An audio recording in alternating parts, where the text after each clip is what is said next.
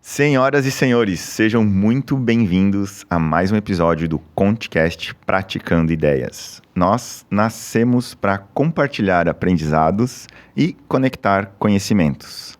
Você nos encontra em contecast.com.br. Gostaria de agradecer demais a Deus, a minha família, a meus amigos, a meus parceiros, porque sem eles nada disso aqui estaria acontecendo. Agradecer também a Caribou Filmes, que é onde a gente está aqui, nesse estúdio magnífico, na cidade de Rio do Sul. E também ao João, nosso produtor. Nós, João. É isso. E hoje eu estou aqui com uma pessoa muito, muito legal. Ele que atua como gerente executivo regional do SESI Senai IEL no Alto Vale do Itajaí. Fabiano Bachmann, seja muito bem-vindo. Obrigado, é uma satisfação estar aqui e espero poder compartilhar um pouco aí da jornada e também tenho expectativa que isso possa inspirar alguém, ou se não inspirar, ao menos provocar alguém. Legal. E quem é o Fabiano, de onde vem, como é que chegou até aqui? Eu saí daqui, né, para início de conversa. Eu nasci aqui em Rio do Sul com muito orgulho, sempre o coração está aqui. Como diriam os antigos, né, o umbigo foi enterrado aqui. E acho que foi mesmo, né? Porque antigamente tinha essa prática aqui, né? E saí para estudar cedo daqui, né? Fiz o ensino fundamental, comecei o médio aqui. E sou cria daqui, cria do Regente Feijó, escola de Lontras. E os meus pais moram aqui ainda. Saí para estudar, me formei, né? Sou técnico em eletrônica, formado também em engenharia elétrica na UFSC.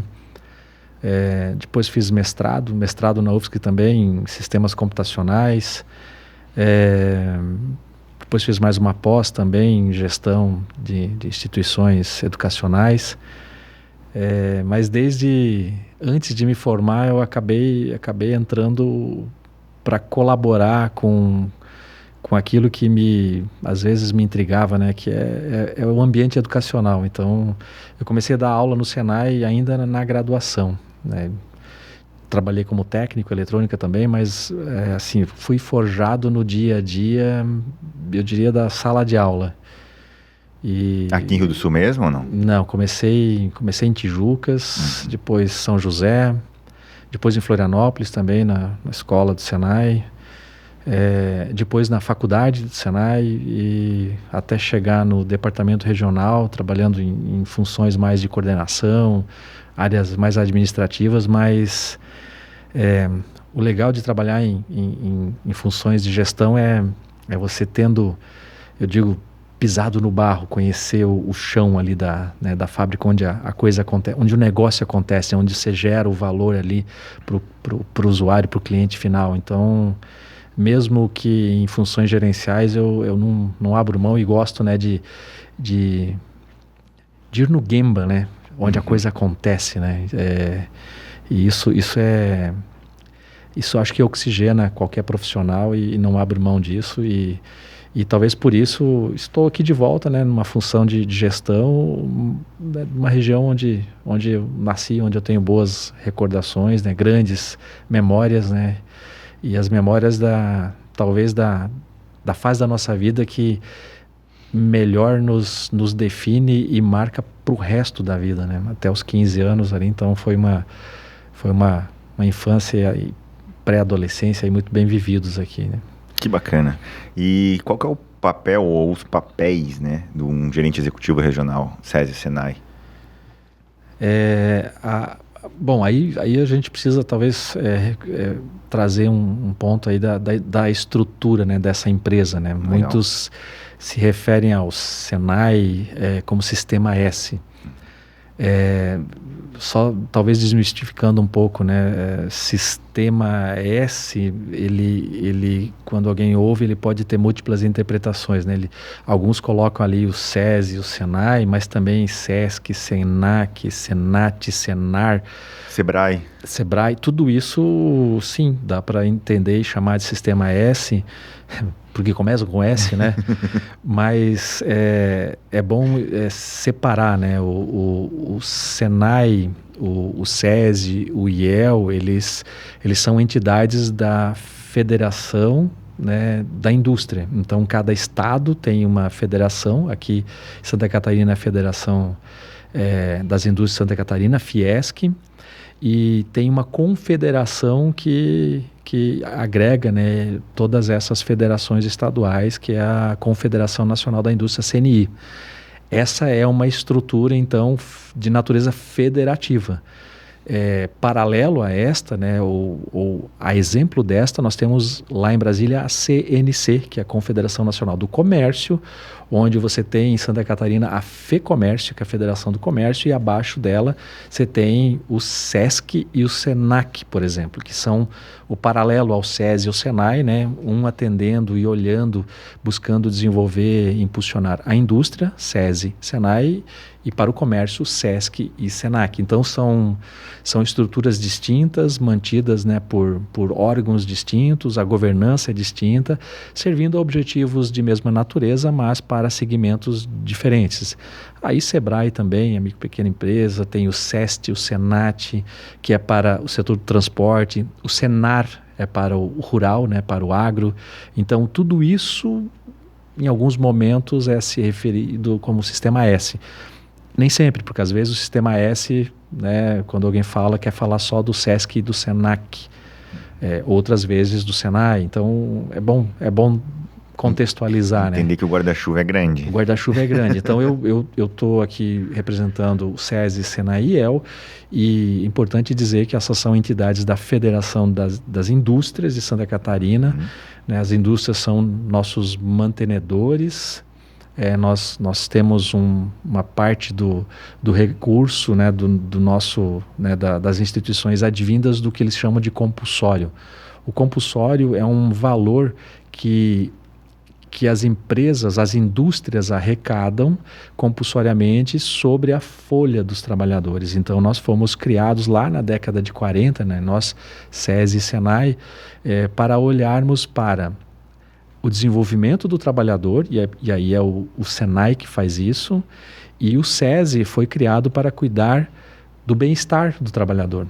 Saúde, promoção da saúde, segurança do trabalhador. Por isso que, historicamente, o SENAI foi sendo estruturado em todo o país para fornecer cursos de qualificação, capacitação, seja capacitação básica, né, as qualificações, cursos técnicos, cursos superiores, pós-graduação. Hoje, alguns SENAIs, né, algumas unidades, eles têm mestrado, inclusive mestrado profissionalizante, doutorado, inclusive. Então, essa é a natureza, né, de operação do SENAI. Já o SESI tem desde serviços, né, de segurança do trabalhador, né, como e aí a gente serve à indústria, né, com a realização de laudos, todos os exames, aferição de ruído, tudo isso para garantir a segurança, né, as condições de segurança do trabalhador. Mas também o SESI oferece serviços direto ao trabalhador, saúde assistencial, então exames, vacinas, além disso, promoção da saúde. Então toda a parte de CIPA também tem a ver com segurança, mas não restrito a isso. Teve uma época que o SESI, inclusive, tinha uma rede de supermercados, né? Hoje o SESI em Santa Catarina mantém uma rede de farmácias, porque a gente entende que a farmácia tem um papel importante nessa relação entre empregador, né, e os colaboradores, como um instrumento de promoção da saúde, de suporte. Então, essa é a diferença entre a operação do SESI e do SENAI, né? Um olhando para o desenvolvimento tanto profissional em todos os níveis, e o outro para a saúde e bem-estar. Ainda é importante dizer que tem uma jornada que une SESI e SENAI na educação.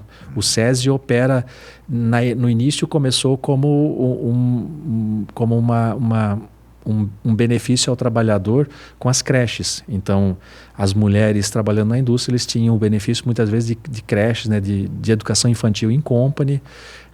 Então, a gente hoje tem uma jornada de educação básica toda sendo operada dentro do SESI, educação infantil, Fundamental 1, Fundamental 2 e médio.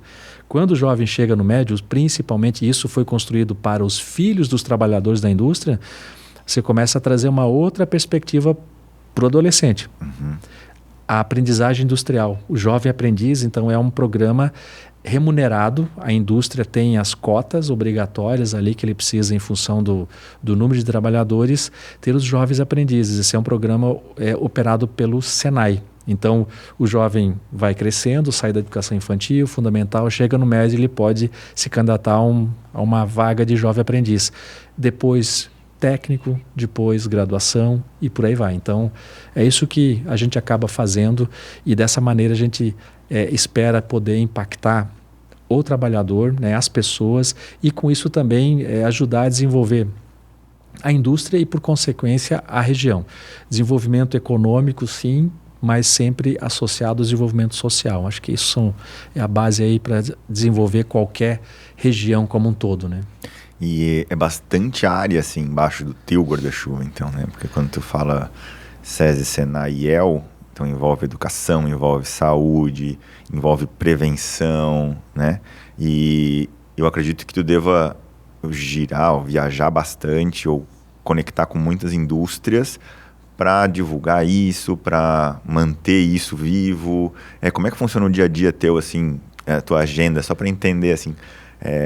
Não, eu tenho reunião na indústria A, B, C, D, eu tenho que estar tais dias em tais lugares na imprensa para divulgar isso, eu tenho meta para cumprir de aluno, como é que é isso? É tudo isso. É tudo isso? É isso aí. Então acertou, eu não estou tão errado. É bastante dinâmico, é uma função. E aí é importante dizer que eu trabalhei em unidades, né, de negócios do SESI, do Senai, aqui em Santa Catarina como professor, como coordenador de curso, como coordenador de área também, gerente de operações, né? O gerente de operações em unidades maiores é uma função muito virada para dentro. Então, você é o garantidor da operação. Quando eu vim para cá, né, como gerente executivo, então aqui é uma unidade que eu não tenho uma gerência de operações, então acabo me dividindo, né, um pouco para dentro, né, dando suporte às equipes, né, de cada negócio e também para fora. Da porta para fora, né, não é apenas a indústria, mas porque a indústria ela não se desenvolve sozinha. Então, faz parte também do rol de atribuições a representação da instituição perante outros órgãos, né, representativos junto ao poder público. Sindicatos. Então, hoje eu acabo também, além das empresas, né, e aí tem as visitas às empresas, né, para tentar, né, identificar melhor as demandas, mas muitas vezes, e a gente precisa identificar isso, as demandas elas sendo recorrentes ou parecidas, faz muito mais sentido um atendimento setorial. E aí você começa a associar demandas e com isso estimular o desenvolvimento de um setor. Um setor desenvolvido, ele puxa mais do que uma empresa e um setor ele puxa outros setores. Então, eu sempre acredito e atuo a favor de um desenvolvimento ecossistêmico, né? A gente vai... entendo que a sociedade ela precisa olhar os elos mais fracos, mais frágeis, e a gente nunca vai ser mais forte do que o elo mais fraco, exatamente como é uma corrente. Então, hoje, além de ou na condição de gerente executivo representando SESI, Senai e EL, eu também acabo me envolvendo em algumas atividades voluntárias, porque a gente acaba fazendo à noite, mas faço parte do CODENSUL, que é o Conselho de Desenvolvimento Municipal aqui de Rio do Sul. Esse ano, né, aceitei o convite de compor, né, de fazer parte da mesa diretora. Isso é muito importante porque desenvolvimento econômico tem tudo a ver com os objetivos do SESI e Senai, né? Nós estamos falando de melhorar a vida das pessoas e também desenvolver as indústrias, ou a partir do desenvolvimento continuar melhorando, impactando a vida das pessoas. E aqui, especialmente no Alto Vale, eu vejo que isso é fundamental para que a gente consiga mostrar para mais e mais pessoas de que sim, é possível ter carreira, fazer carreira dentro da indústria e no Alto Vale sem precisar sair, como há 40 anos atrás eu saí, pelas oportunidades escassas da época. Na área que eu queria, que era eletrônica, elétrica, eu não tinha um curso técnico aqui ainda. Hoje nós temos no Senai, nós temos curso de internet das coisas, cybersistemas, segurança do trabalho, qualidade, PCP, né, planejamento e controle de produção, mecatrônica, automação, mecânica. Então, está diferente hoje, né? E que bom, que bom. E muitas vezes a gente precisa trazer programas complementares para despertar o jovem, para todas essas possibilidades que nós temos aqui. Então, mais do que atender uma empresa isoladamente, né, faz parte, e talvez é mais estratégico a atuação para mostrar todas essas oportunidades para um setor, né, ou para todos os setores da indústria.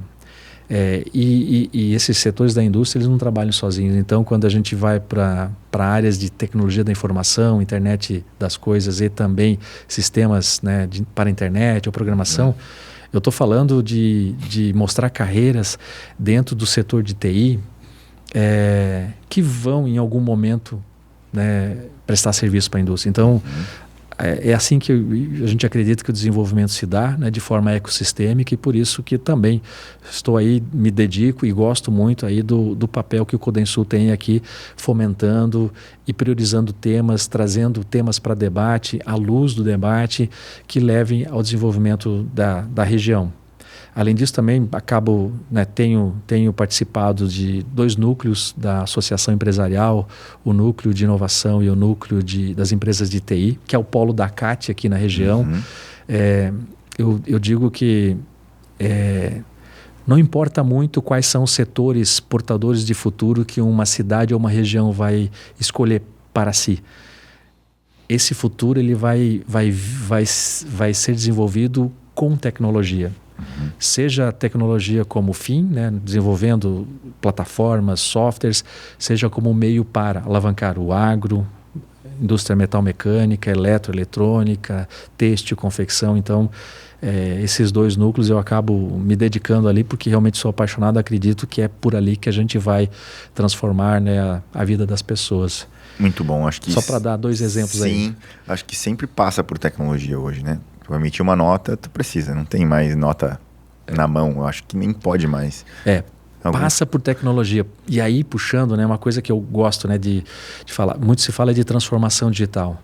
E quando se fala em transformação digital, muitas vezes a gente comete ou cai na armadilha de achar que transformação digital vamos botar tecnologia aqui. Transformação digital é sobre despertar as pessoas para usar a tecnologia para algum benefício, seja para o negócio, para o seu dia a dia, ou para uma área inteira, para uma região inteira. Então, transformação digital é talvez o principal, né? É entender que é habilitar as pessoas para usar de forma efetiva, né, eficiente a tecnologia. Não é sobre botar tecnologia apenas, né? É um meio, né? A tecnologia é sempre um meio. Exatamente. É mostrar que é meio e não pode passar disso, sendo meio, né? E você, dentro desse ecossistema, visitando indústria, visitando empresas, participando de núcleos, enfim, como é que você está enxergando esse movimento aqui na região? As empresas estão investindo mais nisso, em tecnologia, investindo mais em pessoas? Como é que está isso? Então, a gente... Precisa estar na estrada para fazer essas leituras, né? Então tem um contexto macroeconômico aí que é comum a todos, e tem um outro ponto que eu acho que aí talvez seja mais específico de Santa Catarina. A gente está nesse momento aí em alguns momentos apreensivo com a condição, né, com a situação econômica, política do país. Mas em Santa Catarina a gente tem uma outra característica que talvez também nos ajuda, nos favorece, mas que nos torna diferentes. Nós temos uma economia muito diversificada. Nós não somos fortemente ou tão dependentes de um único setor, né, da indústria ou, né, econômico ali. Então a gente consegue trabalhar de um jeito diferente. Mesmo assim, né, a gente está sentindo o que as demais regiões do país sentem, que é um apagão de mão de obra, né? Isso é bastante, né, falado aí, e a gente precisa de gente querendo trabalhar, né, para a gente conseguir avançar. Nós temos, né, indicadores nos últimos anos aí de crescimento econômico acima da média do país, puxando para cima. Nós temos indicadores do IDEB, de educação básica, também acima da média, puxando a média brasileira para cima. Nós estamos passando por uma fase aí que a gente pode chamar de pleno emprego, com a taxa de desempregados muito baixa, né, abaixo de 3%. Nós temos a indústria pujante, né, exportando. Nós temos alguns exemplos aí de grandes indústrias nossas aqui de Santa Catarina comprando outras empresas, participando de fusões, aquisições, né? Então, isso tudo mostra um pouco de alguns dos traços característicos do nosso povo, né? Então, isso precisa ser considerado. E aí a gente começa também agora, aí eu estando aqui, eu começo a comparar, né? Como é que é o Alto Vale perante o Vale, a Serra, né? O Vale do Rio do Peixe, o Oeste, Extremo Oeste, Sul, Litoral Sul, Sudeste, Norte e Nordeste, Centro-Norte, e é inevitável fazer comparações, né? E claro, buscando inspirações. Agora tem cada visita que eu faço eu me surpreendo, e isso é fantástico, porque tem uma parte invisível que não se conta em nenhuma entrevista, não se faz matéria sobre, não aparece na mídia, pouco é divulgado. E acredito que isso talvez tenha a ver com um traço mais low profile, espartano dos nossos colonizadores, né? Não somos muito mais de fazer, né? Se eu não tenho a melhor condição, eu dou o meu jeito, e isso hoje acaba se refletindo em processos de inovação acontecendo todos os dias dentro das nossas empresas, e muitas vezes sem ser chamados de inovação. Em empresas, e aí eu não vou nem me referir a um setor, mas desde metal mecânico, automação, têxtil, madeira, a quantidade de inovações que foram criadas dentro destas empresas. Teve uma empresa que eu fiquei encantado pela genialidade das soluções que eles criaram nas máquinas para automatizar os processos, para agilizar os processos ali.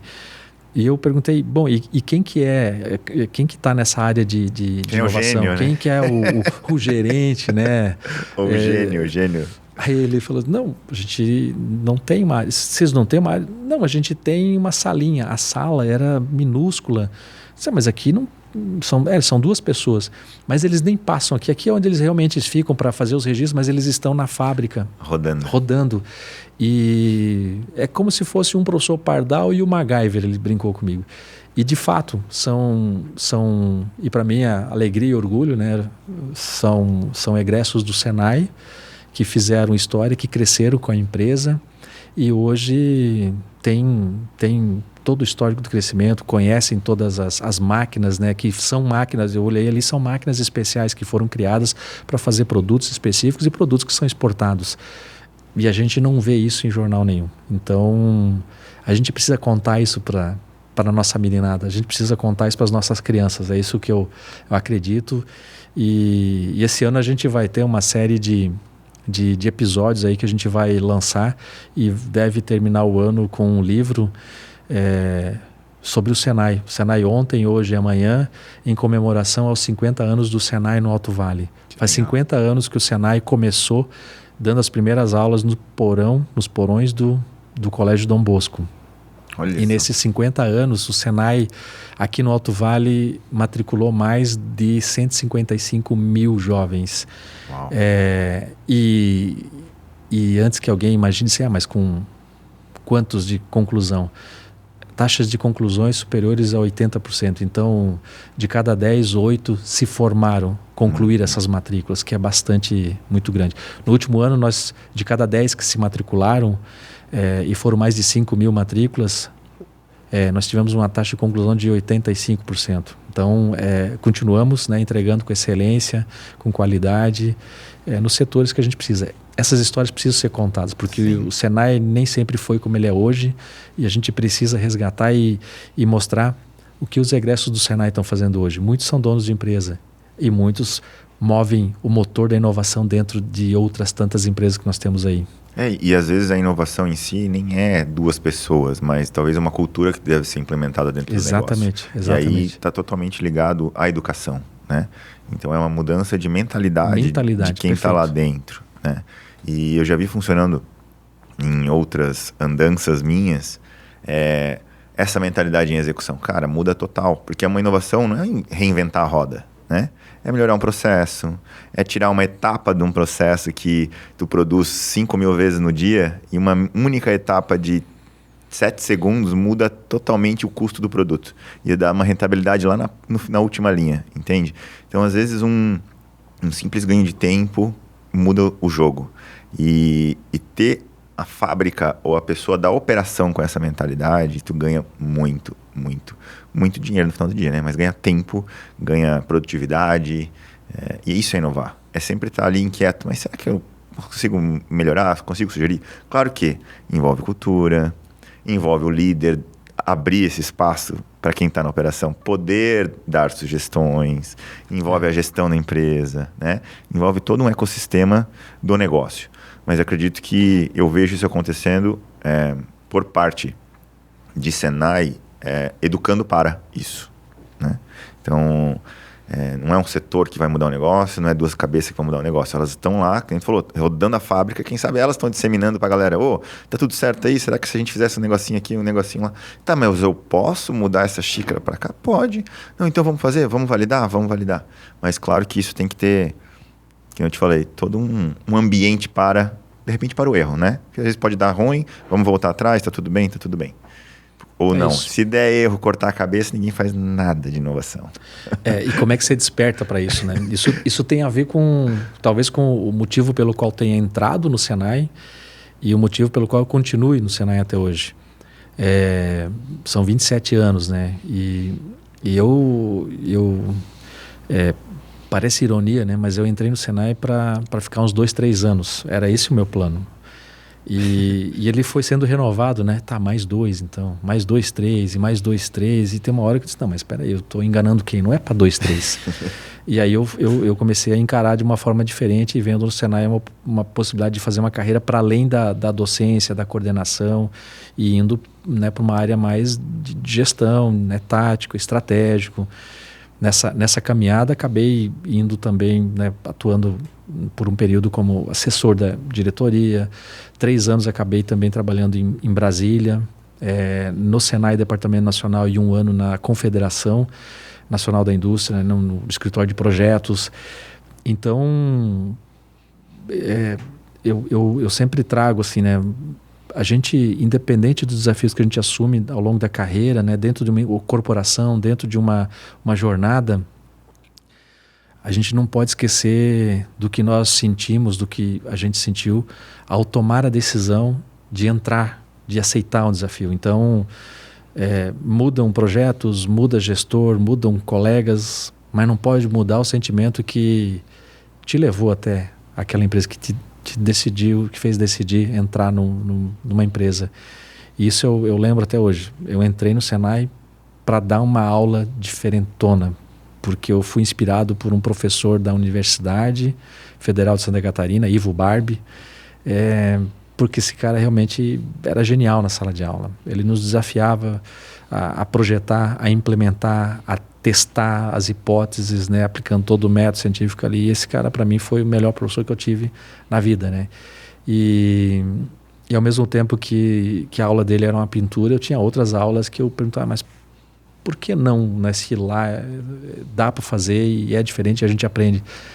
Então eu acabei entrando no Senai para dar aulas legais.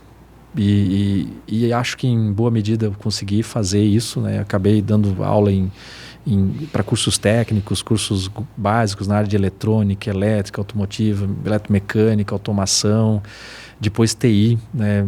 Programação também. Eu nunca tive um curso de programação em si, mas o mestrado todo foi programando em C, C++, né? Em estações Unix, né? Hoje não tem mais, né? Não se fala mais disso.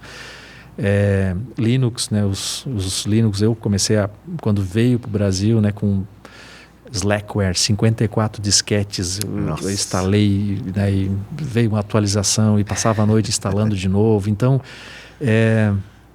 tudo para dar aulas melhores. E mesmo em outras funções, os meus desafios sempre foram para viabilizar aulas legais para os alunos, porque a gente precisa despertar algo para além do que ele está enxergando naquele momento, né, nas nossas novas gerações.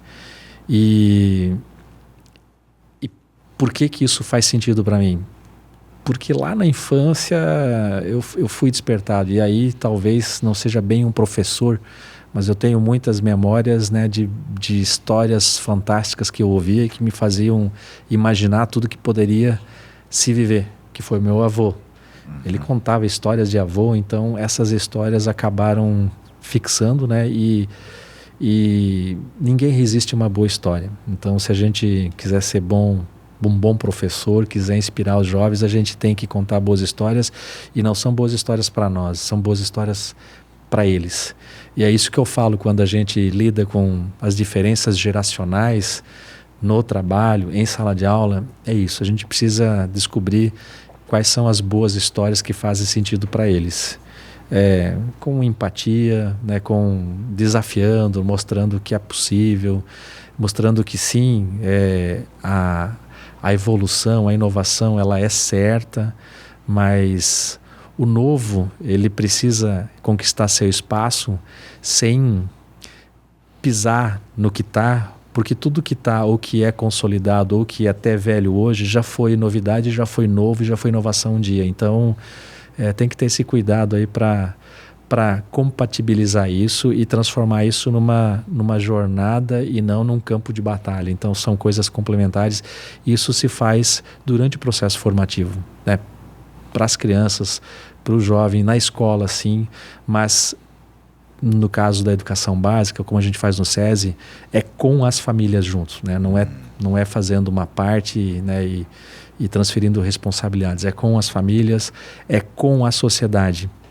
A gente tem o nosso slogan aqui no SESI é que nós formamos realizadores. Essa é a nossa missão, nós formamos realizadores. Então, cada vez que a gente está numa reunião lá no SESI e se incomoda com o barulho do lado, a criançada no corredor ou trocando de sala, a gente respira fundo e diz, são os nossos realizadores. Da mesma maneira, quando eu pego uma fila atrás de um caminhão carregado de portas da Roden indo pro porto, e a gente quer chegar rápido, seja para visitar os parentes ou na praia, eu digo, tá aí o nosso desenvolvimento. Essa é a pujança e a força do Alto Vale escoando pelas estradas que são horríveis, que são péssimas, tem que melhorar. Então é esse olhar que a gente precisa fazer despertar, né, em todos, né, e não reclamar do caminhão que está na nossa frente. A gente tem que explicar para as crianças que ele está levando o desenvolvimento, está levando, exportando o que a gente cria e desenvolve aqui no Alto Vale. E que o Alto Vale é um lugar que vale a pena viver, vale a pena se desenvolver, vale a pena fazer carreira aqui, porque nós temos muitas oportunidades aqui. Então, e a gente tem que, e falo por mim, a gente tem que estar onde o nosso coração está, né? E o meu, além do umbigo enterrado aqui, o meu coração sempre vai estar aqui. Muito bom. Tu tem noção do impacto que isso gera desde do jovem, do adolescente, da criança lá no SESI? Como você foi impactado numa época, isso te traz até hoje com esse impacto. Imagina quantos já não foram e estão sendo até hoje, por todo esse processo envolvendo o SESI e Senai, e hoje você encabeçando essa região, né? Então, eu não sei se você tem essa noção. Eu muitas vezes não tenho do que eu faço, e eu faço pouquíssima coisa também, mas geralmente recebo um feedback assim, uou, cara, sério mesmo que uma fala dessa deu certo para alguém? Mas ouvindo você falar é muito impacto. Por isso que você falou, contar a história disso faz conexão para que outras famílias, outras pessoas, outras crianças também desejam ser impactadas da mesma forma. Eu sempre digo que... Eu tenho uma frase de um grande amigo meu, Henrique Santana. Ele falou, uma vez num bate-papo, ele disse assim, ó, o visível, o que a gente vê nos orienta. E é fato, né? A gente se orienta pelo que a gente vê. Isso vale para a vida pessoal, isso vale para o trabalho familiar, né? No trabalho, o que eu vejo é que me orienta. Então, eu sei das metas que eu tenho, eu trabalho para alcançar as metas ali, para fazer as entregas, para fazer uma boa entrega, para conseguir a nota do SAEB, né, do Sistema de Avaliação da Educação Básica de Excelência, para colocar todos os indicadores de gestão dentro de patamares referenciais, seja de custo, de qualidade de entrega, de nível de conclusão, das consultorias que a gente presta para as empresas, que isso gere o resultado. Então, tudo isso é visível. Isso nos orienta. Mas é o invisível que nos move. Isso, é o porquê, né? Então, isso dá para se chamar de propósito. E o propósito, eu não sei se isso é mensurável, né? Eu acho que... Eu tento não pensar sobre isso e imaginar que... Eu me conformo com a incapacidade humana de raciocinar em termos exponenciais. A gente consegue pensar de forma linear, mas a gente não consegue ter noção da exponencialidade. E como a gente, né, nós somos seres sociais e nós somos feitos para viver em sociedade, né, a evolução nos trouxe aqui, então deste jeito estamos aqui porque nós aprendemos a viver em sociedade e sobreviver. O impacto ele é exponencial, ao passo que eu não sei quantos que eu impacto, e estes que absorvem, eles também vão replicar e impactar isso de uma forma muito rápida, exponencial, e nem me preocupo com o tamanho do impacto, porque eu sei que é grande. E é incerto também, né? Então é aquilo que eu faço porque eu acredito que é o que deve ser feito. E tenho a convicção de que o impacto é para o bem. Uhum. Então é um pouco disso, é um pouco assim que eu encaro a vida, né? E o trabalho, né, também. Que legal. Voltando um pouco mais agora no foco de tecnologia, já é um movimento aí 3, 5 anos atrás de robótica na fábrica, né? Eu acho que hoje a gente tem vários operadores de fábrica na região, Alto Vale, a gente tem várias indústrias, e então são braços que soldam, que, enfim, que vai melhorar aquele serviço repetitivo, geralmente, do colaborador, e de repente esse colaborador pode estar em outra área, ele não vai ser eliminado total da fábrica, né? Que há aquele medo, não, vamos botar o robô e eu vou ganhar conta, ou vai eliminar um time. Muitas vezes pode acontecer, mas geralmente é usado aquele profissional para uma outra área, para uma evolução de alguma outra coisa. E agora com a IA, que dá mais uma exponencialidade, né? Porque a IA hoje é análise de dados. Como que tu percebe isso, esse movimento na nossa região? Porque da robótica eu acredito que já é consolidado, não assim em grande escala, mas começou com um braço aqui, uma solda ali, um entorno mais inteligente aqui, e eles vai evoluindo aos poucos. Tu já vê esse movimento com IA dentro da indústria, não? Já. Agora, para falar sobre IA, vamos lá, sobre tecnologia, eu queria dar um passo atrás. Claro, fica à vontade. toda novidade ela tem ela tem um hype, né? Tem uma curva do hype, né? Então vira sensação e logo depois aí as pessoas quando tentam usar, dizem, putz, parecia mais fácil quando eu ouvi ou quando eu vi na timeline de alguém que curtiu e que compartilhou. Então, depois do hype vem né, na curva ali a gente chama de vale da desilusão, né? A gente vê que não é tão difícil e toda inovação, ela tem o trigger, tem o gate ali, o gatilho da tecnologia que gera uma expectativa elevada. Isso, impressora 3D. Pô, eu vou usar a impressora 3D, eu quero uma, né? Tu nem sabe bem para quê, mas eu quero uma impressora 3D. Foi assim que aconteceu. Aí em várias áreas, não, impressora 3D de alimentos. Mas aí quando você pensa um pouquinho mais, tá, mas e a segurança alimentar, como é que fica, né? A tecnologia está pronta para eu viabilizar economicamente isso né?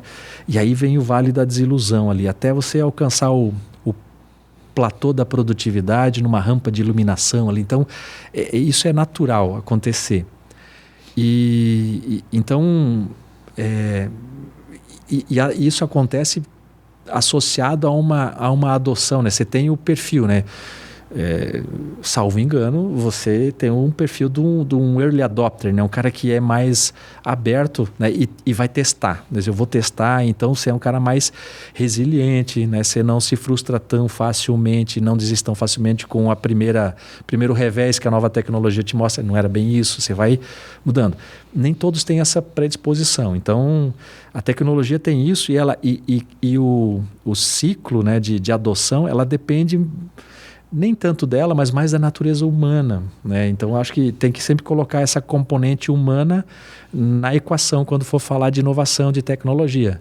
Por isso que a gente fala em transformação digital, ela é essencialmente um movimento humano, né? De fazer as pessoas adotarem aquilo e de forma que eles tirem proveito daquilo e que não seja um sistema pelo sistema, que não seja para dificultar o dia a dia ali em nome de uma informatização que daqui a pouco você corre o risco de informatizar a bagunça se você não fizer o movimento certo ali, né? Então, tem isso, tem o ciclo aí de adoção das tecnologias. Isso aconteceu também com a automação, com a robótica, com a eletrônica, IoT. Internet das coisas, bota sensor em tudo. Uhum. Bom, aí dentro da indústria, já vão chegar na IA, tá? Tranquilo. Já dentro da indústria a gente empacotou isso, né?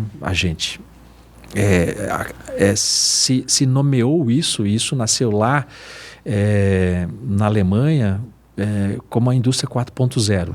A indústria 4.0 nada mais é do que um movimento de adoção das novas tecnologias que foram sendo democratizadas em meios industriais. Então a gente tem ali, né, as redes industriais que permitem comunicação de máquinas, de plantas, de células, sensores. Então, antes de você botar inteligência artificial num processo, você precisa seguir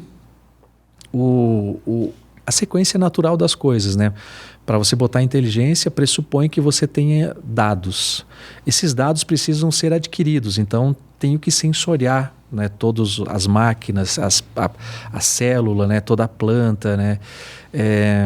E aí eu estou falando de sensoriar tempo, luminosidade, umidade, todas as variáveis analógicas que eu preciso trazer para o mundo digital a partir dos sensores. Bom, uma vez que eu adquiro esses dados, aí a próxima pergunta, bom, eu tenho que botar isso, armazenar em algum lugar, para eu poder depois tomar decisões a partir de um algoritmo, de um motor de inteligência, né?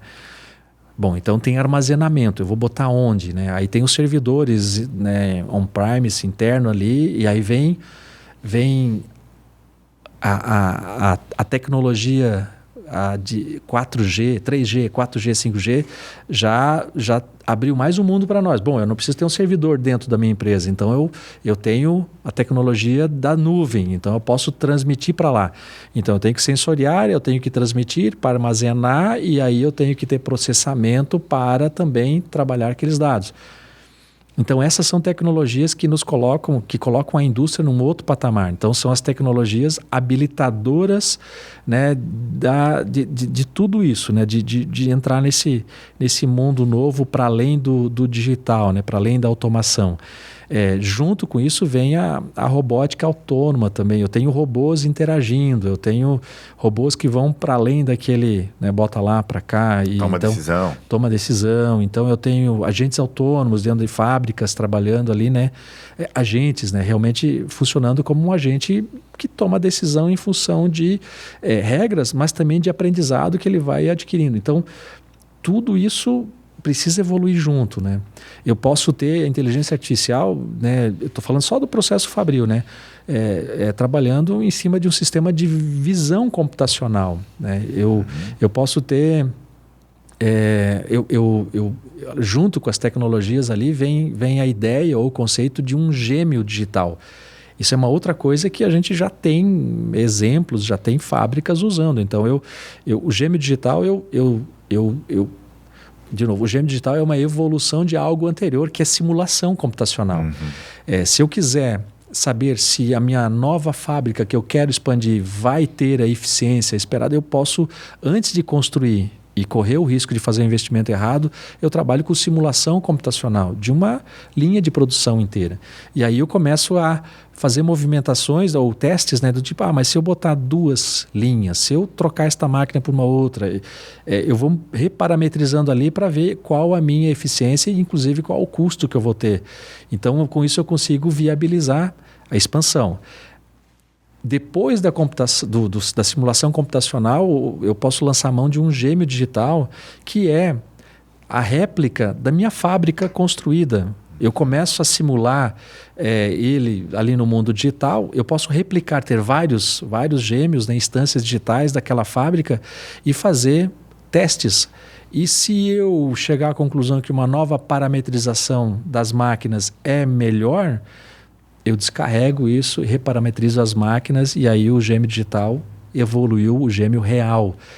Isso tudo está acontecendo, isso tudo é indústria 4.0. Muitas coisas estão acontecendo, muitas ainda não aconteceram porque sequer a gente deu conta do potencial da inteligência artificial aplicada aos processos não só de fábrica, mas também administrativos.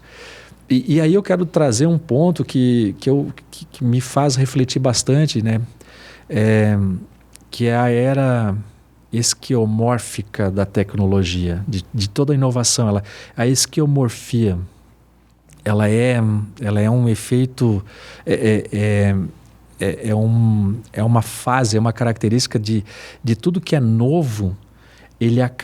Tudo que é novo ele é inspirado ou ele vem substituir uma tecnologia anterior. Então vamos pegar o exemplo da agenda, né? Eu tenho agenda de papel, então eu vou lá e folha 1 escrevo, né? Depois veio a data, né? E aí depois alguém teve a brilhante ideia de não botar o ano ali, né? Então tu bota um xizinho, não.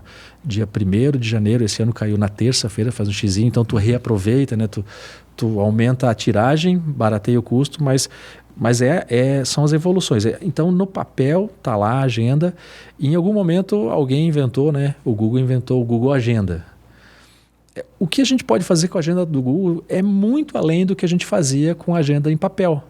No entanto, por muito tempo a gente usou a agenda do Google exatamente e somente com aquilo que a gente se permitia fazer na agenda de papel. Ou seja, a gente estava limitado ao uso daquela ferramenta na tecnologia anterior. Vamos para a sala de aula. Você lembra do mimeógrafo, né? Sim.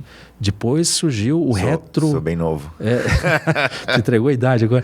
Depois veio o retroprojetor. Pô, disruptivo, né? Nossa, com uma luz. Com uma luz. Mas o que a gente fazia, né? A gente usava... Tu pegava aquele negócio que estava no mimeógrafo e botava numa folha transparente e botava ali em cima. Isso.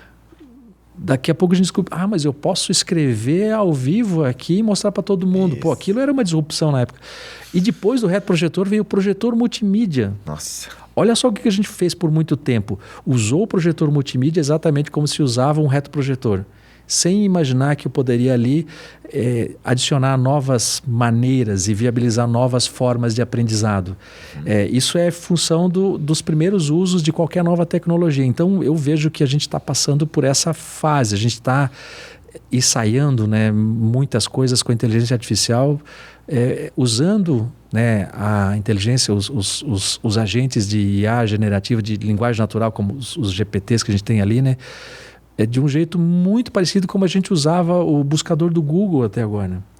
A gente ainda não está percebendo o potencial que tem por detrás de um prompt bem feito. A gente tem dificuldade de fazer as perguntas corretas. Então, eu vejo que, só para dar um exemplo, né, muito acessível a todos, a gente não conseguiu ainda perceber tudo que o mundo novo que se abre com a inteligência artificial.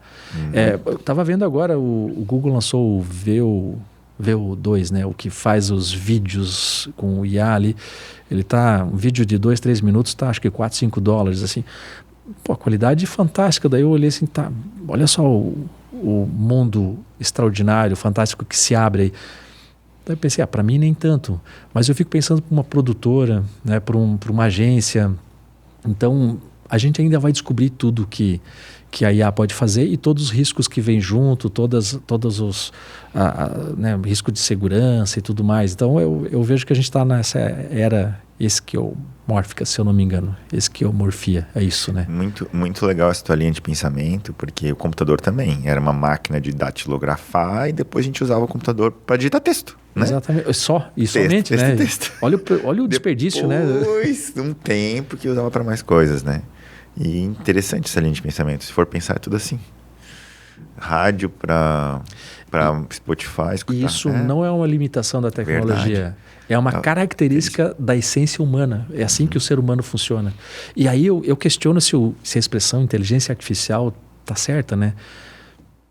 Porque ela foi desenhada por humanos e à luz do que a gente acredita que seja o mecanismo do nosso cérebro, né? Da nossa forma de pensar e construir conhecimento.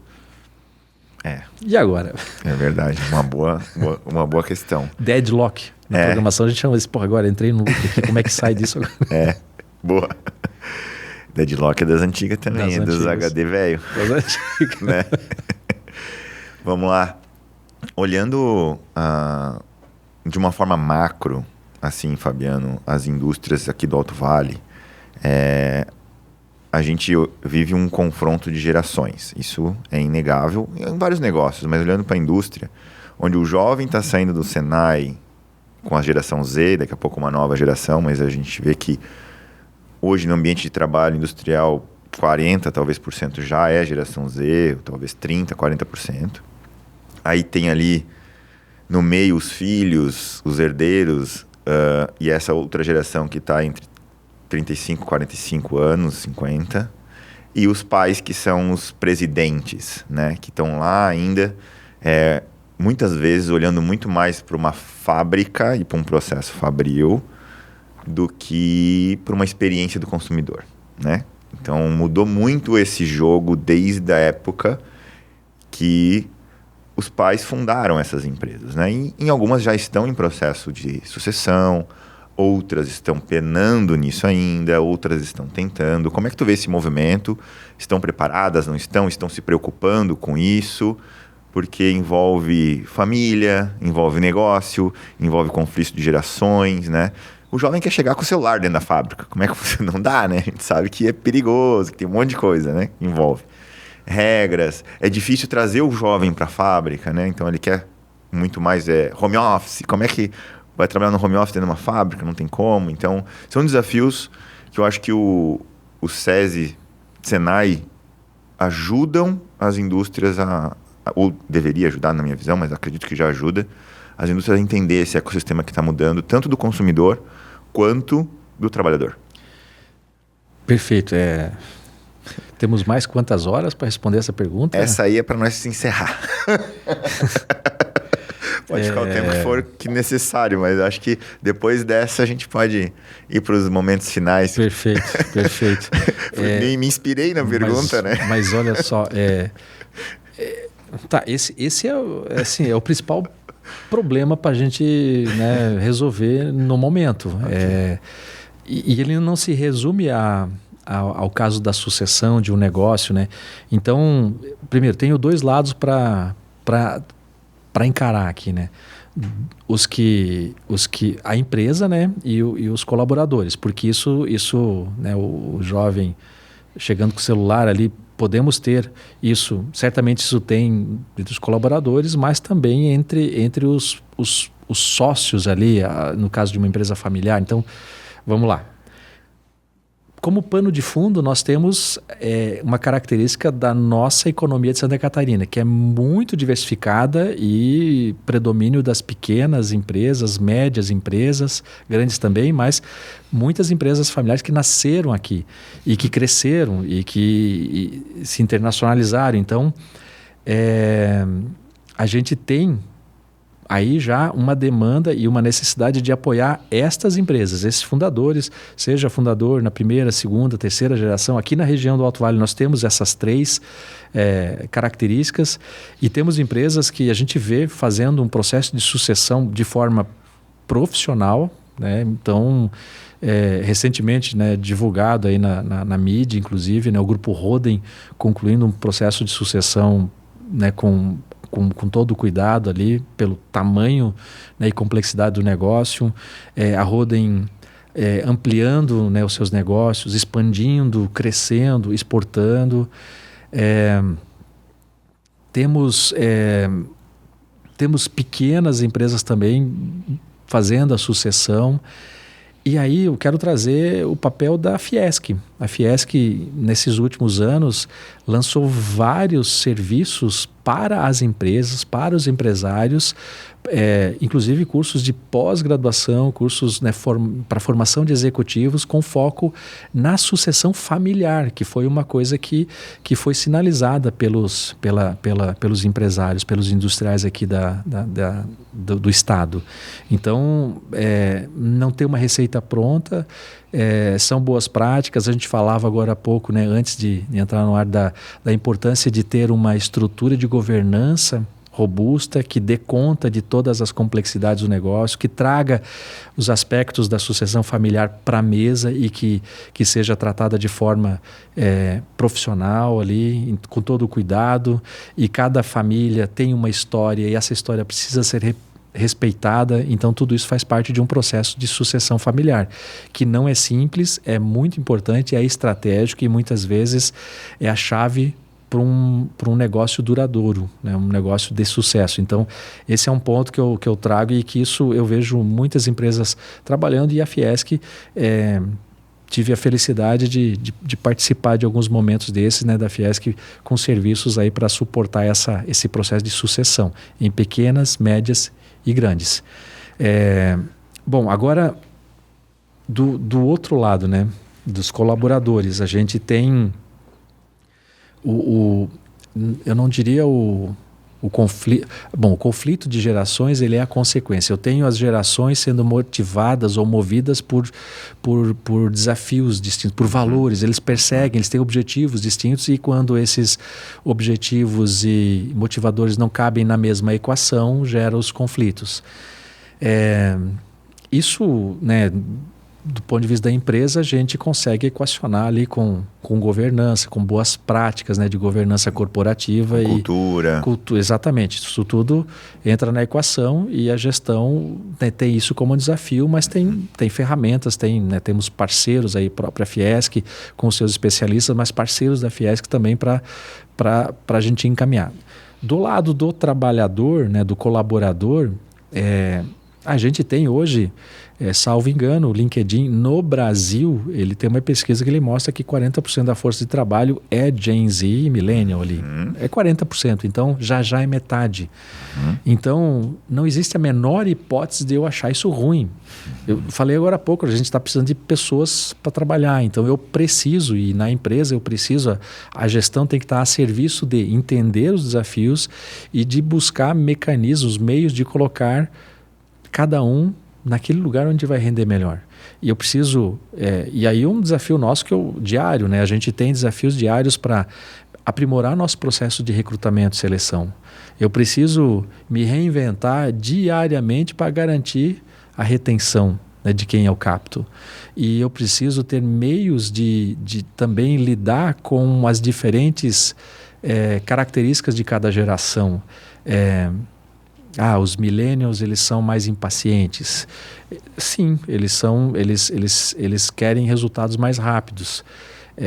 Isso é ruim? Nem sempre, né? Se eu conseguir equacionar isso dentro da minha equipe ali, mas eu preciso dispor de mecanismos para dar mais autonomia que eles precisam para fazer entregas melhores.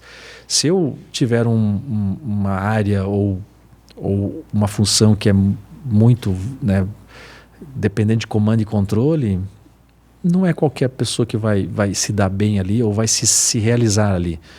Eu corro o risco de fazê-lo adoecer se os meus mecanismos de gestão de pessoas não identificarem isso em tempo. Então, esses dilemas, né, esses conflitos intergeracionais é que muitas vezes também geram o que a gente está vendo hoje, a pandemia a gente brinca, né, uma pandemia de saúde mental, né? Os problemas de estresse, né, de burnout, tudo, né, são problemas de saúde mental. Isso tem a ver com as dificuldades que a gente tem muitas vezes de lidar com toda essa mudança aí que essas múltiplas gerações do mesmo ambiente de trabalho vivem, as tecnologias que também dão uma apimentada nesse desafio. E sim, também nesse caso o SESI tem um programa de saúde mental que a gente presta como serviço para as empresas para buscar melhorar esse ambiente. E ainda desse lado, para fechar aí, né, a gente também considera que a gente precisa falar disso e tratar disso e preparar para isso as crianças, os jovens. Eu não posso imaginar e não devo, né, acreditar que daqui a 5, 6, 7, 8 anos, quando as crianças entrarem no mundo do trabalho, ele vai estar... Geração alfa daí. Exatamente, são os alfas agora, né? Depois vem os beta, imagino, né? Provavelmente, né? O alfa já entra em 2030 já, isso, 2029. Já tá aí, né? Que são 2010 em diante, que nasceu em 2010 em diante. Então, eu tenho lá em casa um Gen Z e um alfa, né? Então eu tô vendo a diferença entre eles e fico imaginando como eles lidarão com os desafios do mundo do trabalho, né? Eu tenho um alfa também, esse então, complexo. E o SESI, nós temos hoje lá no SESI em torno de 500 alfas. Olha só. De 2, 3, 4 até... Né? Aí tem os Gen Z aí com 16, né, 15 no ensino médio. E a gente tem, né, lançado, né, mão de vários instrumentos. A nossa proposta educacional ela é preparada para já apresentar esses desafios durante a jornada educacional. A gente tem uma proposta aí pedagógica que usa, né, a metodologia STEAM. STEAM é um acrônimo, né, de ciência, tecnologia, engenharia, artes e matemática.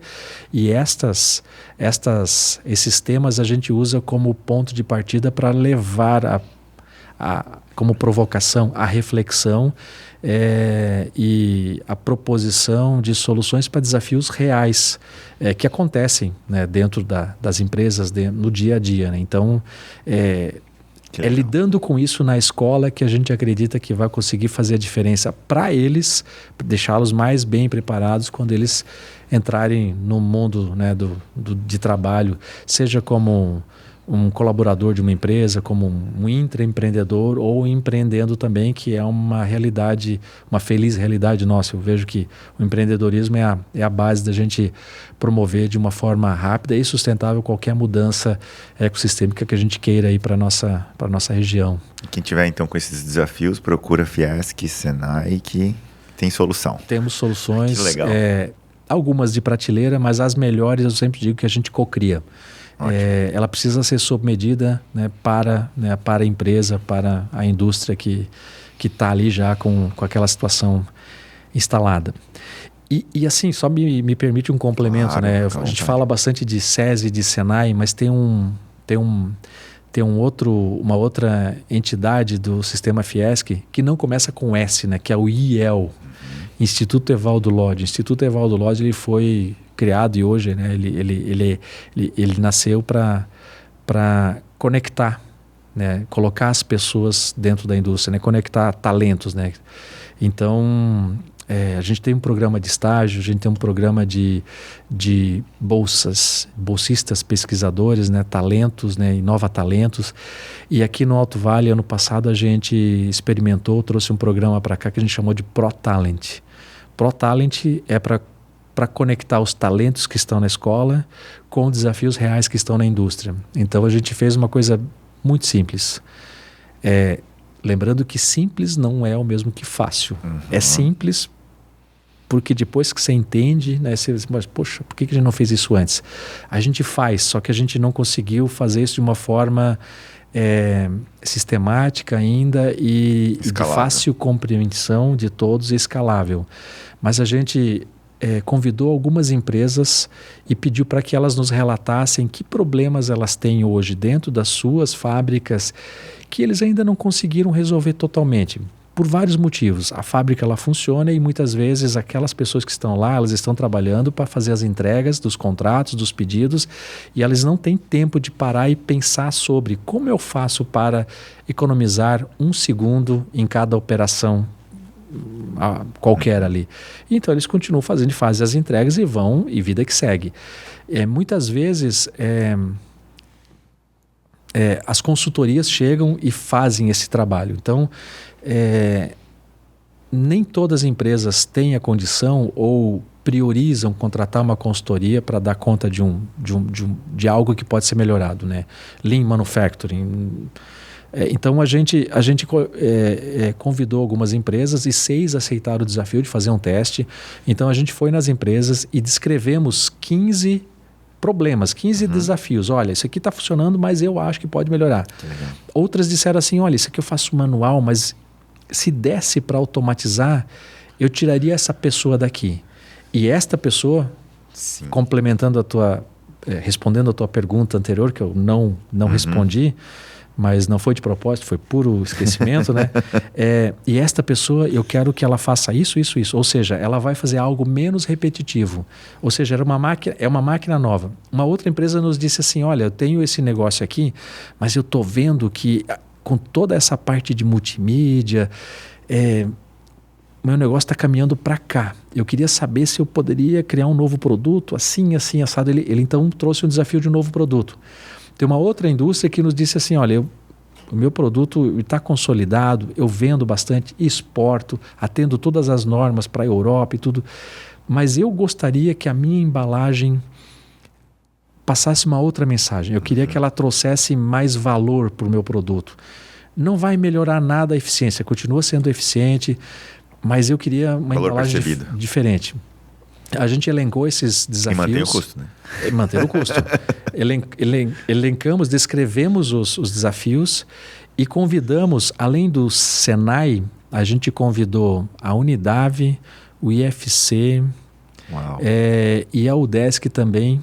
Perguntamos para os pró-reitores, os reitores, olha, temos esse desafio. Você gostaria de participar deste projeto em que, se os professores tiverem interesse, a gente apresenta os desafios, eles montam os times e apresentam uma solução no final do semestre? Legal.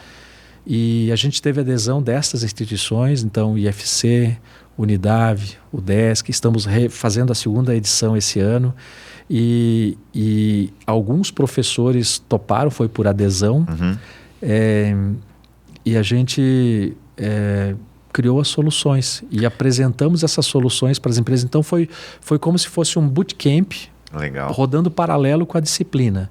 A grande vantagem que os professores nos relataram, que os alunos nos relataram, poxa, agora faz sentido, é muito, muito legal fazer isso dentro dessa disciplina, você gerou um sentido adicional. Os professores também nos relataram de que são problemas reais e que aumentam o engajamento. Outro benefício percebido pelas indústrias, eles começaram a mapear alguns talentos que eles perceberam em primeira mão e já sendo submetido às indústrias, à cultura organizacional, eles puderam convidar. Então a gente viu ali uma coisa muito simples de fazer um match entre... E o custo da indústria para esse processo? custo da indústria, zero. Uau! É como se fosse uma consultoria gratuita. Entendi. Então, não é uma consultoria, porque não são produtos prontos e são soluções que são geradas. São hipóteses. São provas de conceito, são wireframes, são MVPs, mas às vezes são protótipos de alta, às vezes de baixa fidelidade, mas que trazem um benefício para a indústria de, no mínimo, reduzir as hipóteses viáveis. Uau. Porque são alunos que estão em fase de desenvolvimento, que são mentorados por um interlocutor que conhece a indústria, que conhece o processo, conhece o desafio, e são tutorados por um professor universitário. E aí é começo, meio e fim. Começo, meio e fim. Apresentação. Exatamente. Então tem o go, não go. Os follow no meio. Os follow, exatamente. Tem pílulas de conhecimento que são agregadas ao longo ali, né? Dizendo, olha, é assim que você segue o design thinking, né? Tão importante quanto implementar corretamente uma solução é antes ter debatido as hipóteses e ter certeza que você está resolvendo o problema certo.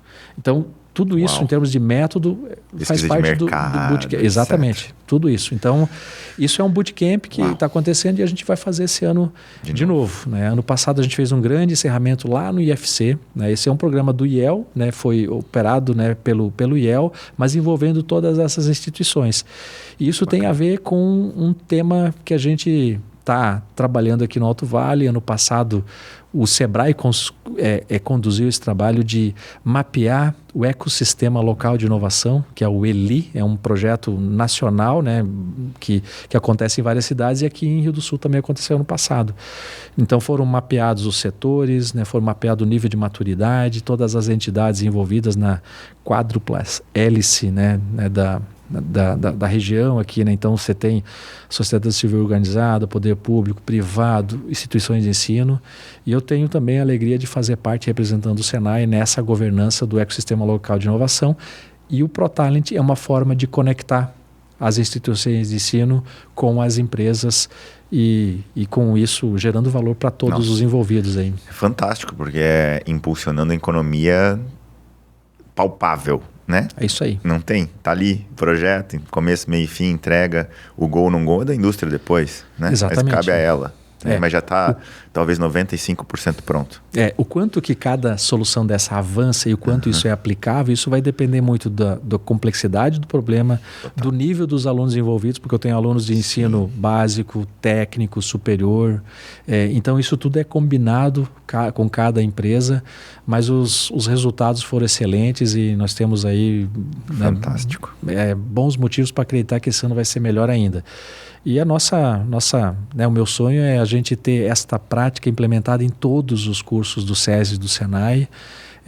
Esse ano a gente ano passado nós começaram 110 alunos, terminaram 80, em torno de 80 alunos, e esse ano a nossa expectativa é de pelo menos duplicar e depois duplicar de novo, até a gente chegar na totalidade aí. Que bacana. Nossa, parabéns demais. É o invisível que nos move. E falar em invisível, né, o sonho com uma escola sem ex-alunos, uma escola sem salas de aula tradicional, que sejam ambientes multidisciplinares, né, ambientes que se permita ter experiências que façam sentido e que permitam gerar valor nas entregas ali, né, em ambientes industriais, né. Melhor sala de aula é a indústria. Campo, né? É no campo, exatamente. Jogar, né? É isso aí. Massa demais, Fabiano. Obrigado demais pelo teu tempo. Tem algo que tu gostaria de falar que tu não falou, que tu lembrou agora, que a gente não tocou? Acho que a gente deu um overview geral, acho que a gente falou bastante aí desse ecossistema que hoje está no seu guarda-chuva, que é gigante, né? E eu sempre gosto de perguntar um livro que você leu, que você queira deixar aqui para o pessoal que está nos ouvindo, nos assistindo, uma mensagem, uma frase, algo que você acredita, enfim, que você queira deixar. Cara, para mim, eu tenho essa frase que é do Henrique aí, que o visível nos orienta e é o invisível que nos move. Se você parar para pensar nessa frase, você vão te ocorrer várias séries do Netflix que vão suscitar outras ideias, livros. Essa frase ela vai para além do trabalho, né? Não tem como você falar de... essa frase te leva a pensar no teu propósito. Não tem como você falar e pensar em propósito se você não tiver um equilíbrio entre trabalho e vida pessoal. Equilíbrio entre trabalho e vida pessoal não significa separar as duas coisas. Isso tem que estar junto, é um contínuo, complementar, né? Eu não tenho como deixar de levar o trabalho para casa, não tenho como deixar de levar a família para o trabalho. Está sempre comigo, então acho que é sobre isso, né? O invisível nos move, isso é de uma imensidão, eu acho que é transcendental e acho que é isso que acaba me alimentando e fazendo pensar em coisas novas, fazendo também repensar coisas antigas, fazendo e refazendo escolhas, né? Então eu diria que essa frase aí é que está presente comigo todos os dias, hein? Show de bola. Muito obrigado. Obrigado pelo teu tempo. Obrigado pelos aprendizados. Tenho certeza que vai ajudar aí uma galera, principalmente que não tinha conhecimento dessa imensidão que não só o Sistema S, mas todas essas entidades que tu falou, essa conexão com o ambiente privado, externo também, outras universidades, indústria, setores, multissetorial. Então é uma imensidão aí que move toda a economia do país, né? Exato. No final é isso. Muito obrigado mesmo. Eu que agradeço e fico à disposição e vamos interagir aí pelas redes sociais aí. Perfeito. Valeu. Obrigado, pessoal. Até a próxima. Você nos encontra em contecast.com.br. Valeu, até mais.